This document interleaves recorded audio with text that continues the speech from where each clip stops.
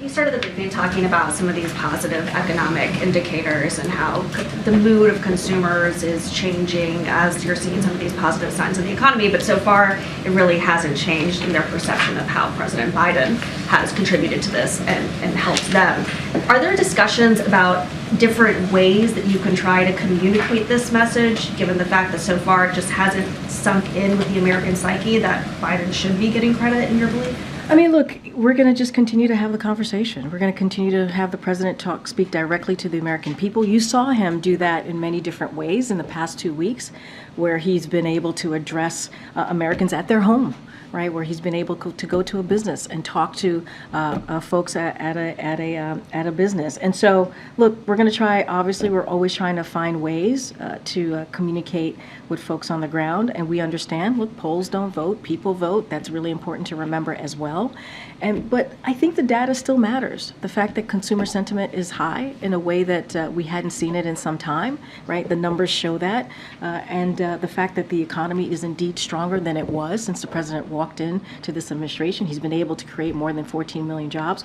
All of that matters. We're going to do our job. We're going to continue to have those conversations with the American people, and you'll see that. And you'll see the president's been doing that for the last 3 years, and he's not going to stop. And we're going to make sure that the American people hear directly from him as often as we can. And is the president frustrated that Americans are feeling better about the economy, but they're not feeling better about his role? I think what the president is proud to see is that the data is showing that consumer confidence is up, is that we're able to see gas prices under $3 in more than in 27 states. That's important. That's what the president is happy to see. The president is happy to see that we've created more than 14 million jobs. That's what we're going to continue to work on, an economy that makes sure that we build it from the bottom up, middle out. And let's not forget, we're going to continue to lower costs for the American people. And so as long as we do that, as long as we do our job, the president does his job, then that's what matters. Thank you so much. So you said at the beginning of the briefing that 19 states have experienced the lowest unemployment rate on record. What do they have in common? Are they geographically clustered in one area, and to what do you attribute this?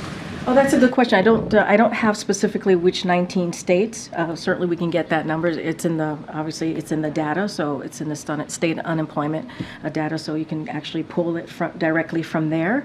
I think we attribute that to the president's plans and policies and what he's been able to do for the past 3 years, right? Whether it's legislation, historic piece of legislation, whether it's the bipartisan infrastructure act, or whether it is the CHIPS and Science Act. I mean, there are we believe multiple reasons, multiple policy changes that the president has been able to do to get the economy going. And we see that in the data.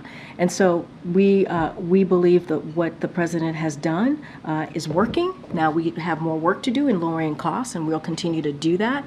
But certainly, this is the president and this administration's work at hand, along with some of the work that we've been able to do with Congress.